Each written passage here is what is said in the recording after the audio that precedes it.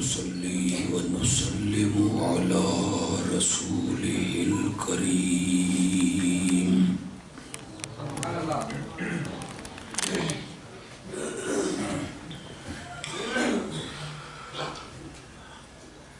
وعلى آله وأصحابه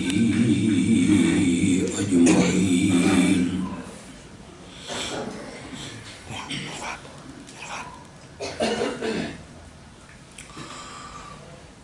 أما بعد فأعوذ بالله من الشيطان الرجيم.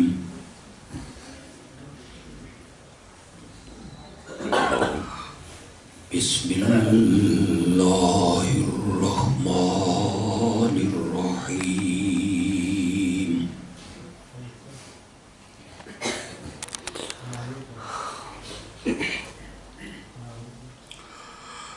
يرفع الله الذين آمنوا منكم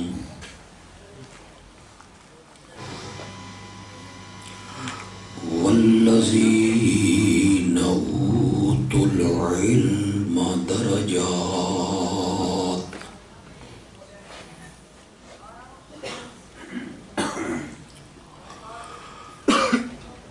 اللهم صل على محمد وعلى آل محمد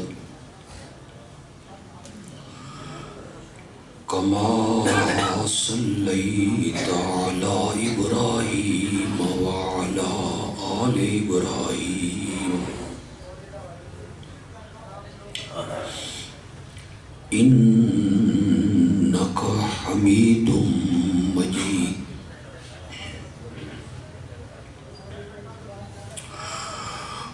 اللهم بارك على محمد وعلى آل محمد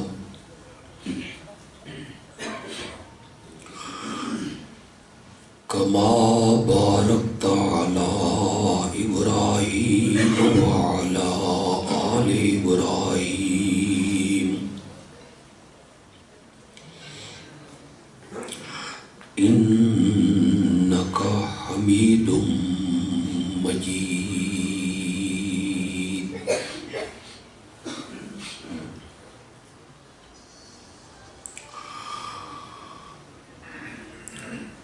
درس قرآن کی اس مجلس میں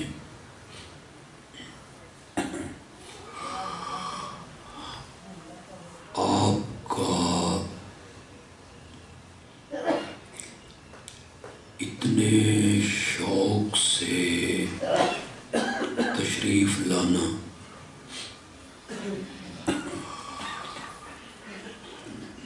اللہ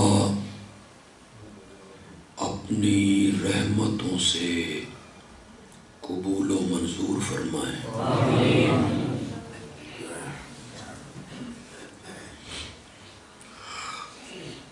چند منٹ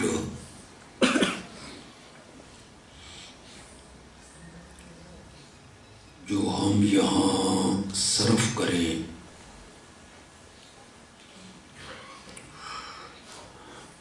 اللہ اس وقت کو ہم سب کے لیے آخرت کا ذخیرہ بنا دے.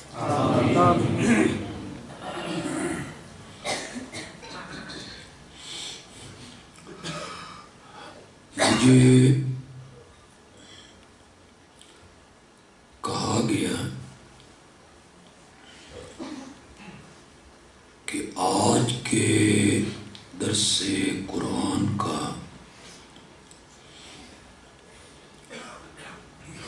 عنوان اور موضوع وہ ہے عظمت صدیق اکبر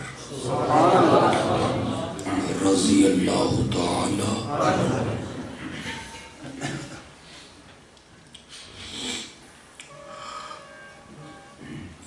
میں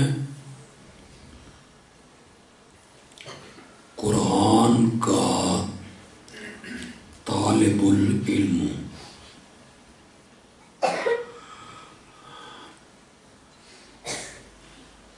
میں نے قرآن کی تفسیر سبکن پڑھی،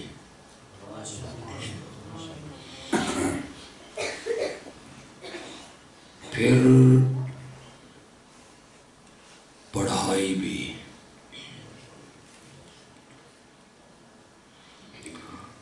اور یہ سب فیض وہاں بجرا کا ہے۔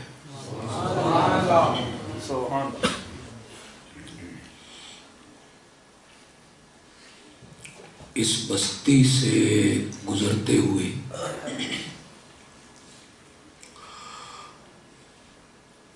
بے ساختہ مولانا حسین علی کے لیے دعائیں نکلتی رحمت اللہ۔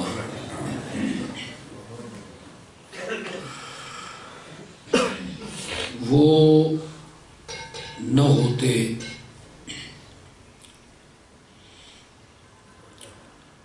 جنگل میں قرآن کا منگل نہ لگاتے،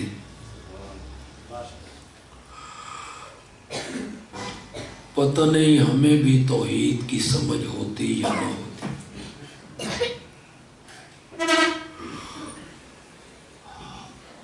ان کا ہم سب پر احسان ہے، اللہ ان کی قبر کو منور فرمائے۔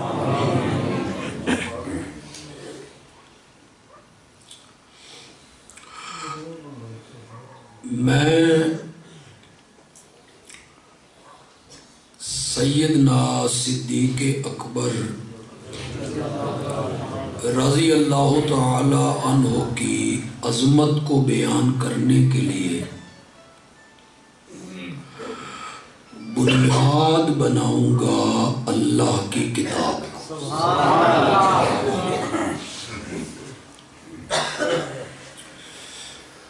جو آیت میں نے پڑھی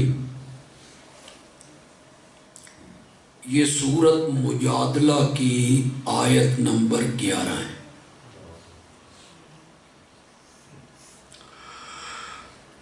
اس میں اللہ نے بلندی درجات کے 2 سبب ذکر کی۔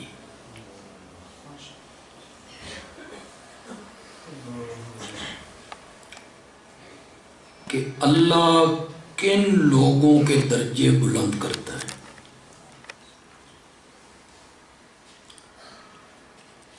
اللہ نے پہلا سبب ذکر کیا ایمان۔ یرفع اللہ الذین آمنوا منکم، بلند کرتا ہے اللہ درجے ان لوگوں کے جو ایمان لائے تم میں سے۔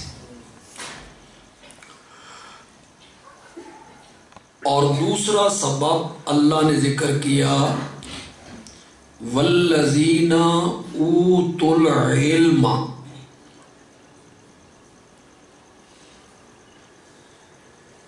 جن کو اللہ نے علم عطا کی۔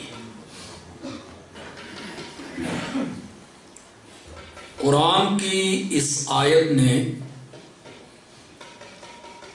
بلندی درجات کے 2 سبب ذکر کیے، ایک ایمان اور دوسرا سبب کیا ہے؟ علم۔ ان دونوں سببوں کو جو اللہ نے بیان کیے، ایمان اور علم، اس ترازو پر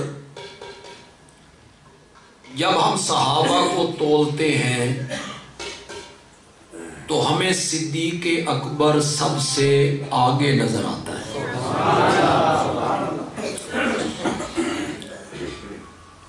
ایمان میں بھی ان کا کوئی ثانی نہیں، اور صحابہ میں علم کے اندر بھی ان کا ہم پلہ کوئی نہیں۔ اب اسے میں نے ثابت کرنا ہے کہ ایمان میں اور علم میں حضرت سیدنا صدیق اکبر سب صحابہ سے آگے ہیں، اور یہی دونوں سبب اللہ نے ذکر کیے بلندی درجات کے۔ پہلا سبب ہے ایمان۔ جس طرح حضرت سیدنا صدیق اکبر نے ایمان قبول کیا اور جس رنگ میں ایمان قبول کیا، ابو بکر کا کوئی ثانی نہیں ہے رضی اللہ تعالی۔ میرے آقا نے خود فرمایا، میں نے جس کسی پر ایمان کی دعوت کو پیش کیا تو وہ ہچکچایا، پیچھے ہٹا، مہلت مانگی۔ کسی نے کہا معجزہ دکھا پھر مانیں گے، چاند دو ٹکڑے کر کے دکھا پھر مانیں گے، کوئی نشانی دے پھر مانیں گے۔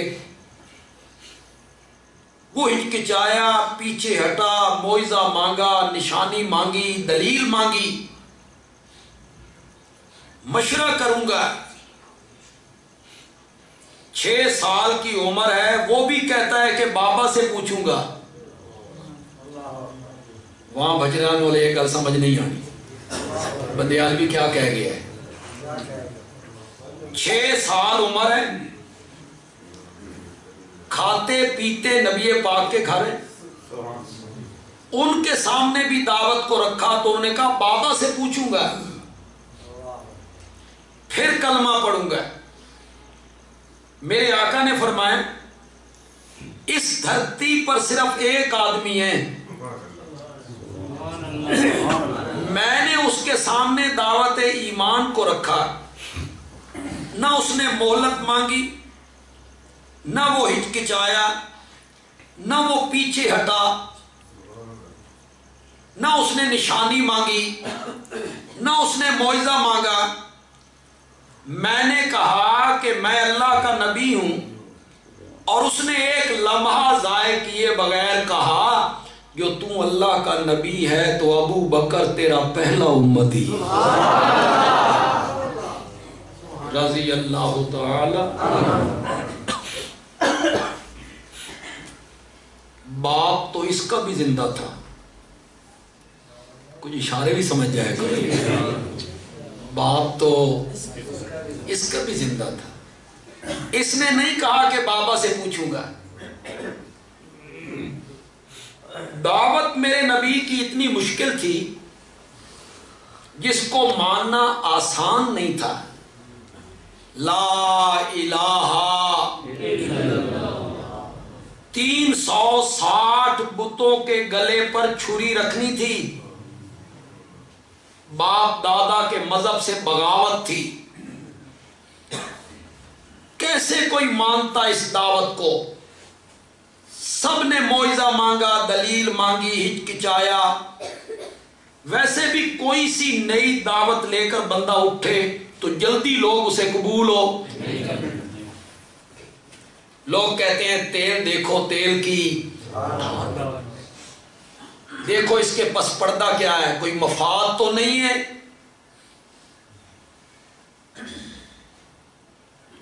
جس طرح ایمان سیدنا صدیق اکبر نے قبول کیا، اس طرح کسی صحابی نے بھی قبول ہو کہ کوئی مہلت نہیں مانگی۔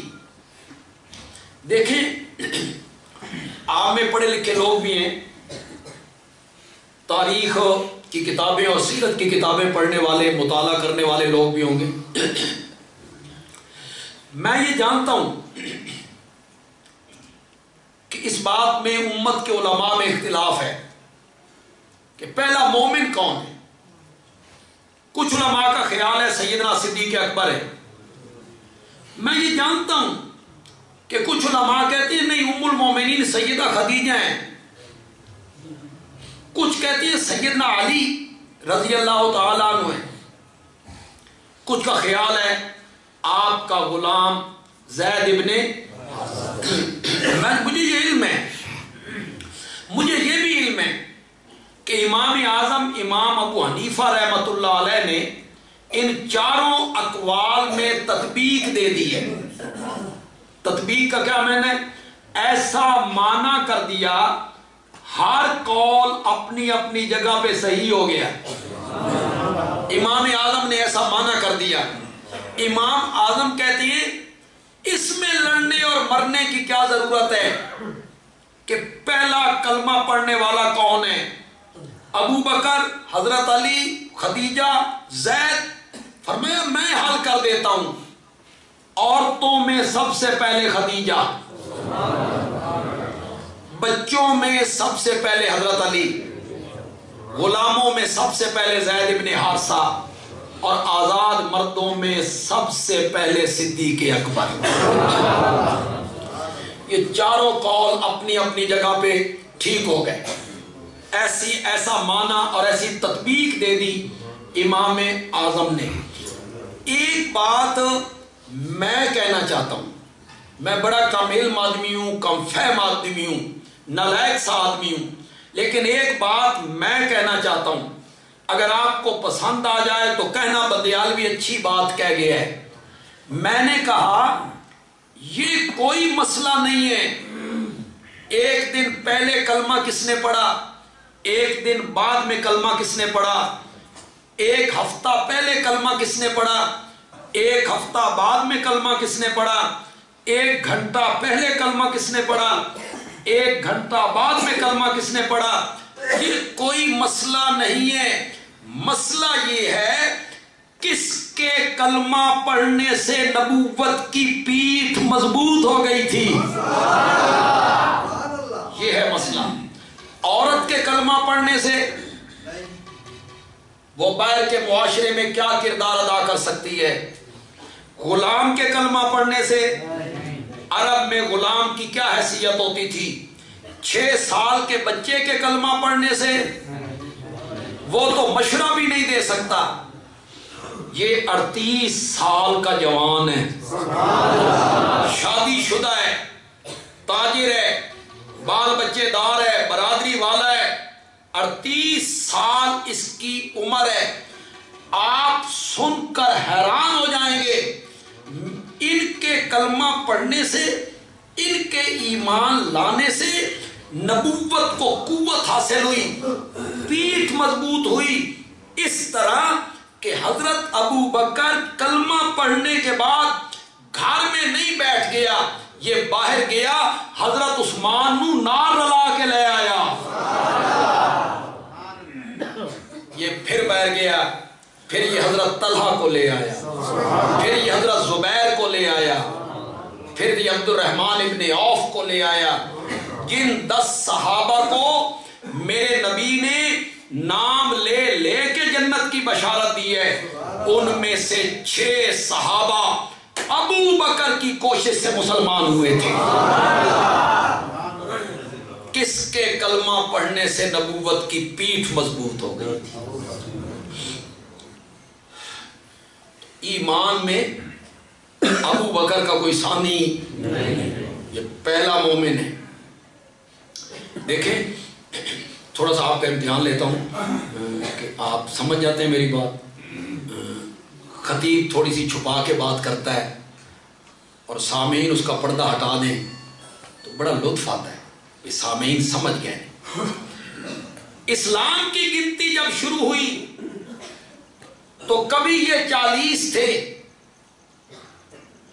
پھر یہ 313 ہو گئے، کوئی نہیں سمجھ رہا، پھر یہ 313 ہو گئے، پھر یہ 1400 ہو گئے، پھر یہ 10,000 ہو گئے، پھر عرفات کے میدان میں آخری حج میں یہ 1,00,000 ہو گئے، پھر بڑھتی گئی تعداد، آج 1.5 ارب ہیں، آج کلمہ پڑھنے والے 1.5 ارب ہیں، 1.5 ارب ہیں۔ وہاں بجرا کے لوگوں بندیالوی پوچھنا چاہتا ہے اس 1.5 ارب دا ایک کون ہے؟ بولو تو صحیح ہے. یہ گنتی شروع کتھوں کرنی جے؟ یہ گنتی شروع کہاں سے ہو رہی ہے؟ حضرت ابوبکر سے.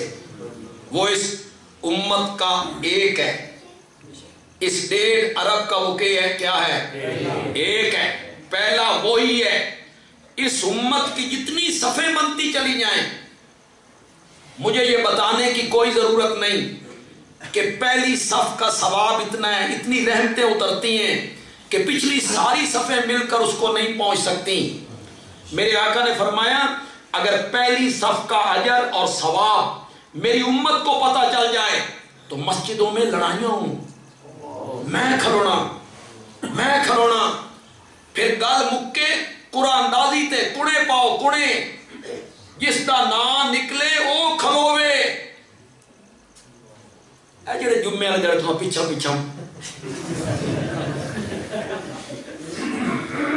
اگلی صاحب میں جگہ خالی ہے، دوسرا کہ تو چل، تو آگے جا. پہلی صف کا اجر جو رحمتیں برس رہی ہیں، اگر میری امت کو پتہ چل جائے مسجدوں میں لڑائیاں ہوں، جھگڑے ہوں، میں کھلونا پھر قرآن اندازی ہو، پچھلی ساری صفیں مل کر پہلی صف کی عظمت کو،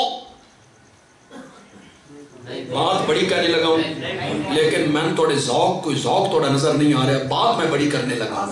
پچھلی ساری صفیں مل کر پہلی صف پہ اترنے والی رحمت اور عظمت کو نہیں پہنچ سکتی. بندیالوی کہتا ہے ابو بکر اس امت کی پہلی صف ہے. پچھلی ساری صفیں مل کر بھی اس کی عظمت کو ایمان میں ابو بکر کا کوئی ثانی. میں اس تفصیل میں زیادہ نہیں جانا چاہتا، پھر میرے پاس اتنا وقت بھی نہیں ہے کہ میں اس پر گفتگو کرتا رہوں. ایک سبب میں نے بیان کر دیا ہے. بلندی درجات کا پہلا سبب کیا ہے؟ ایمان.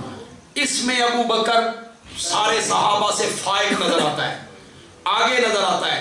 بلندی درجات کا دوسرا سبب ہے علم.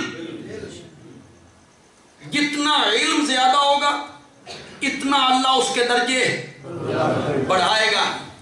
علم بڑھتا چلا جائے گا تو اللہ اس کے درجے بھی، یہ قرآن نے کہا یرفع اللہ الذین آمنوا منکم والذین اوتوا العلم درجات. قرآن نے بیان کیا جن کو علم دیا گیا ان کے درجے اللہ بلند کر دیتا ہے. دوسرا سبب ہے علم. علم میں ابو بکر کا کوئی ثانی نہیں. سارے صحابہ میں سے سب سے بڑا عالم ہے تو ابو بکر ہے رضی اللہ تعالی. میرے آقا صلی اللہ علیہ وسلم انتقال سے 4 دن پہلے جمعرات کے دن زور کی نماز پڑھانے کے لیے تشریف لائے. بیماری تو کئی دنوں سے طاری تھی، تو آپ زور کی نماز پڑھانے کے لیے تشریف لے. اس طرح ایک پٹی آپ کے سر پہ بندھی ہوئی اور ایک چادر آپ نے اوڑھ رکھی. چادر کے اوپر سے بھی صحابہ نے ہاتھ لگایا تو گرمائش محسوس، اتنا تیز بخار ہو رہا. نماز آپ نے زور کی پڑھائی. نماز پڑھانے کے بعد آپ نے خطبہ دیا. یہ آپ کی زندگی کا آخری خطبہ ہے. اس کے بعد آپ نے صحابہ کے سامنے کوئی خطبہ نہیں. یہ انتقال سے 4 دن پہلے کی بات ہے، جمعرات کی. بخاری نے اس کو نقل کی، مسلم میں بھی ہے، بخاری میں بھی ہے، ترمذی میں بھی ہے. حدیث کی اکثر کتابوں نے اس خطبے کو نقل کیا. میرے آقا نے خطبے کو کہاں سے شروع کیا؟ فرمایا ان اللہ خیر عبدا بین الدنیا والآخرہ. اللہ نے ایک بندے کو اختیار دیا ہے، 2 چیزیں اس کے سامنے رکھی اور اس کو اختیار دے دیا جس کو چاہے پسند کر لے. خیر عبدا، خیر عبدا، ایک بندے کو اللہ نے اختیار دیا کیا؟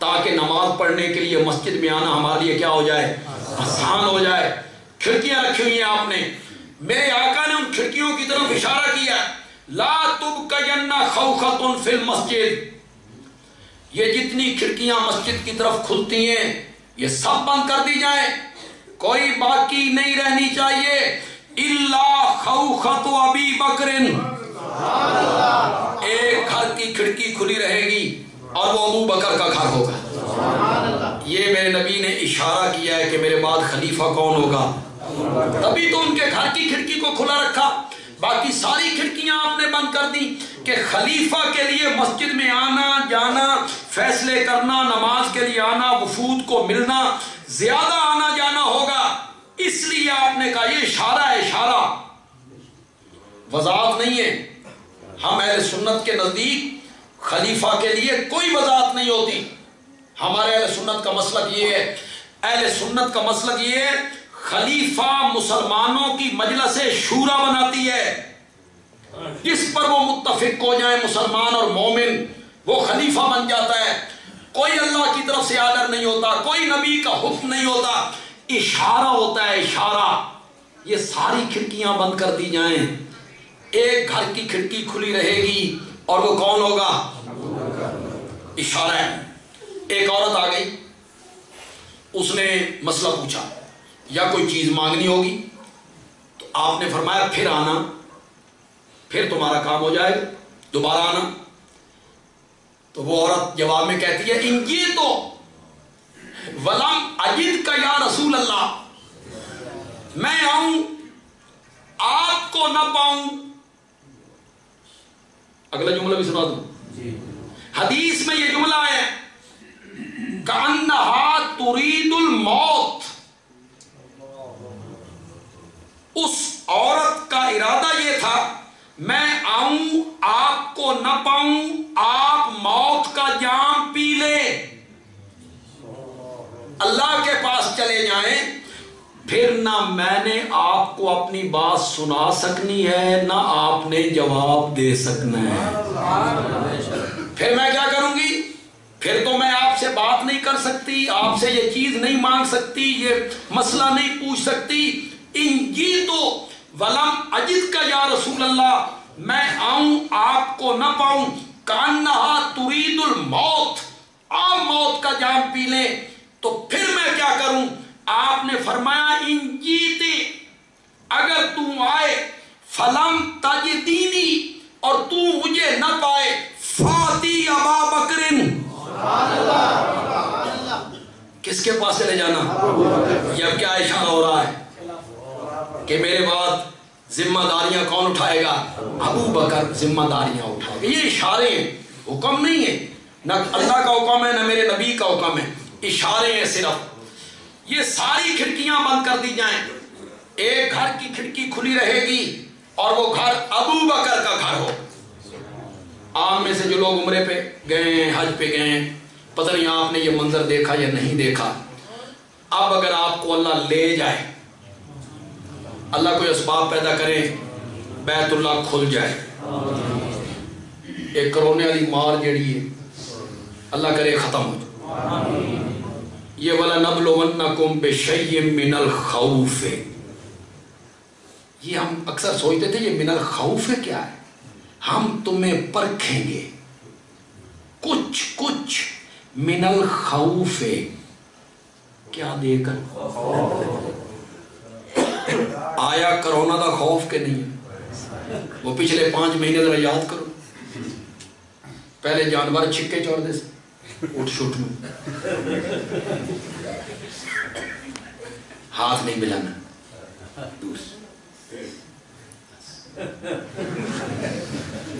پھر ہر بندہ ڈرا ہوا ہے میں نہ لگ جائے، میں نہ لگ جائے۔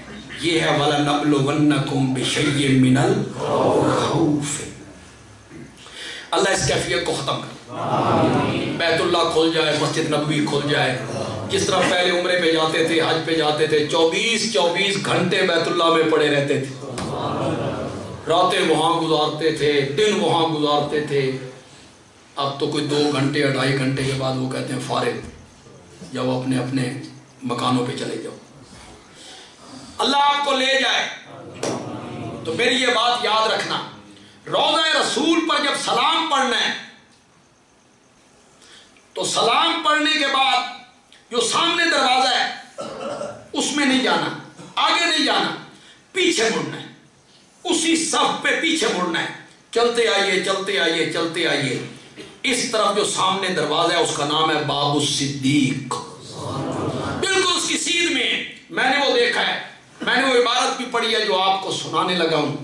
باب الصدیق، اس کے اوپر لکھا ہوا ہے ہاذہی خوخۃ ابی بکر، ہاذہی خوخۃ ابی بکر.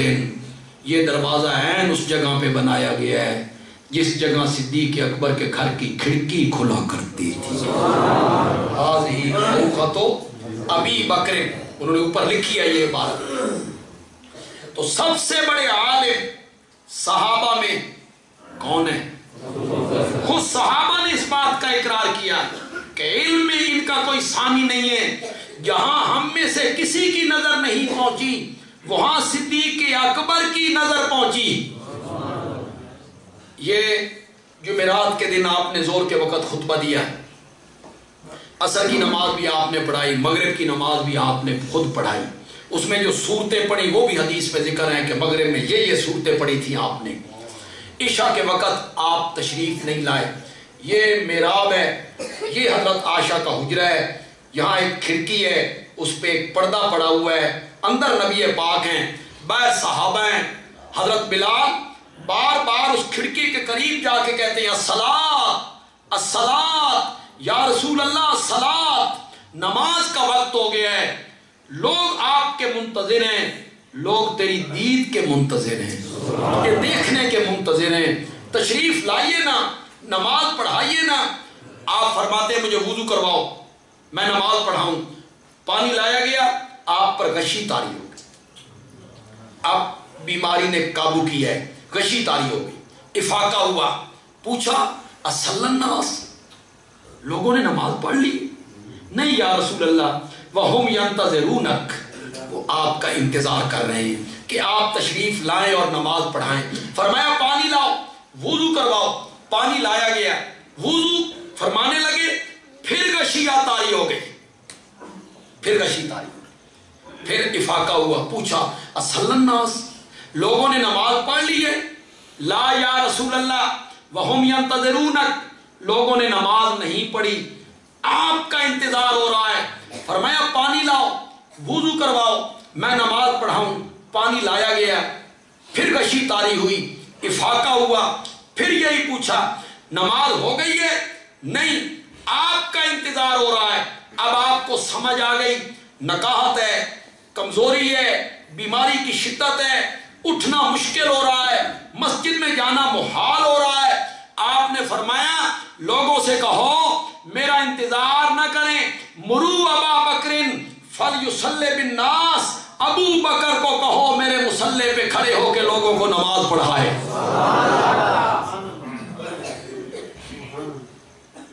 ہم جو اہل سنت ہیں، ہمارے ہاں کیا ہے کہ اگر سارے نمازی ایک جیسے ہوں تو ان میں امام کون بنے گا؟ جو علم میں سب سے، قرآن فہمی میں سب سے، وہ امام بنے گا. اور جو فریق مخالف ہے، جو حضرت صدیق کے اوپر تبرہ کرتے رہتے ہیں، ان کے نزدیک تو امام بنتا ہی افضل بندہ ہے. ان کے ہاں تو افضل ہی نے امام بننا ہے، غیر افضل امام بن ہی نہیں سکتا. ان کے ہاں ضروری ہے ان کے لیے کہ جو امام بنے وہ سب سے افضل ہو، سب سے بڑا عالم ہو، سب سے بڑا قاری ہو، سب سے بڑا فقیہ ہو، وہی امام بنے گا. آپ نے مرو ابا بکر فلیصلی بالناس، ابو بکر کو کہو میرے مصلی پہ کھڑے ہو کے لوگوں کو نماز پڑھائے، یہ فرما کے آپ نے اس بات پہ مہر لگائی کہ میرے سارے صحابہ میں سب سے بڑا عالم ہے تو ابو بکر ہی ہے. میں منفی رنگ اختیار نہیں کیا کرتا، لیکن ایک بات آپ سے پوچھنا چاہتا ہوں.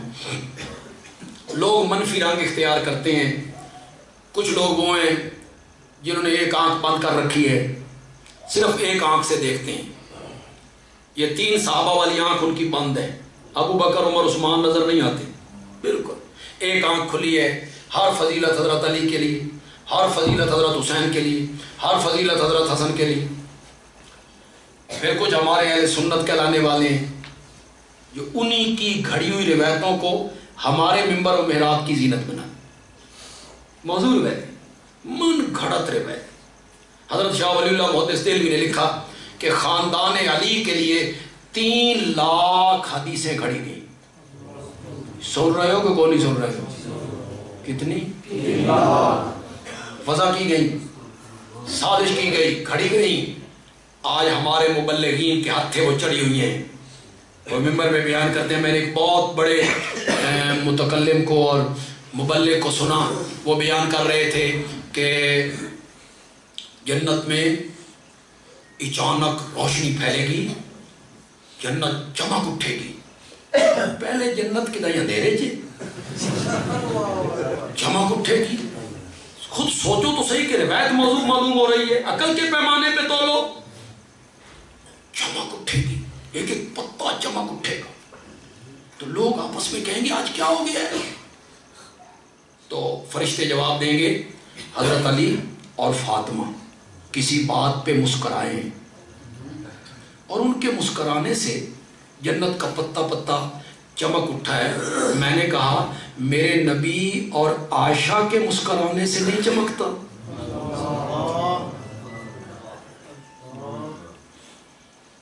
گھڑی گئی روایتیں, موضوع نبی پاک کے ذمے لگائی گئی, اور بڑا جگر ہے ان مبلغین کا. ہماری ہمت نہیں ہے بھائی, ان کا بڑا جگر ہے. میں ہوں نا یہاں وہاں بجرا میں آیا ہوں, میری کیا حیثیت ہے؟ میرے جیسے لوگ, یہ ساری زمین میرے جیسے لوگوں سے بھر جائے. خدا گواہ ہے, آمنہ کے لال کی جوتی مبارک کے نیچے جو ریت کا ذرہ لگتا ہے اس کا بھی مقابلہ نہیں ہو سکتا. ہے کہ نہیں؟ ہے کہ نہیں؟ میری کیا حیثیت نبی اکرم کے مقابلے صلی اللہ ہو. اگر آپ میں سے کل کوئی بندہ بازار میں کھڑے ہو کر میرے متعلق کہے بے بندیالوی اے آ گیا, بندیالوی نے یہ کہا ہے, میں نے وہ نہ کہا ہو, میں نے وہ بات نہ کہی ہو, میں نے وہ بات نہ کہی ہو, اور وہ کہے بندیالوی نے کہی ہے, اس کو کیا کہیں گے؟ بہتان. کس پر؟ مجھ پر. اس کا گناہ تھوڑا چھوٹا سا گناہ ہے. اور ایک آدمی کہتا ہے نبی پاک نے یوں فرمایا, جبکہ نبی پاک نے نہیں فرمایا. وہ سوچے نا قیامت کے دن نبی پاک کا سامنا کیسے کرنا ہے.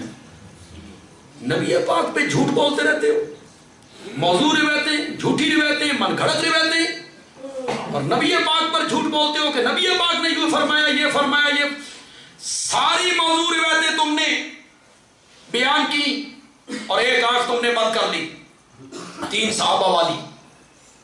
میں اہل سنت ہوں, میری مجبوری ہے. میری ایک آنکھ کا نور ابو بکر ہے, دوسری آنکھ کا نور حیدر کرار ہے. میری یہ مجبوری ہے. میری ایک آنکھ کا نور حضرت عمر ہے, دوسری آنکھ کا نور حضرت حسین ہے. میری ایک آنکھ کا نور سیدہ عائشہ ہے, میری دوسری آنکھ کا نور سیدہ فاطمہ ہے. میرے لیے تو برابر ہے وہ, میں تو سب کا احترام کرنے پر مجبور ہوں. ان میں سے کسی ایک کی توہین کفر ہے. حضرت علی کے پاؤں کی جوتیاں میرے سر کا تاج ہیں, ان کے پاؤں کی مٹی میری آنکھوں کا سرمہ ہے. میرا ایمان ان کی جوتیوں کے تسموں کے ساتھ بندھا ہوا ہے. حضرت علی کی ادنی سی توہین بندے کو دائرہ اسلام سے خارج کر دیتی ہے, گمراہ ہو جاتا ہے بندہ.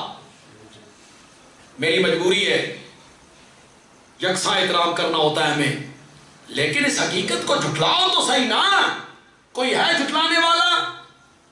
تم بولو وہاں بھجرا کے لوگوں, نوجوانوں, پڑھے لکھے لوگوں بولو. جس وقت میرے نبی یہ کہہ رہے تھے عشاء کے وقت جمعرات کے دن,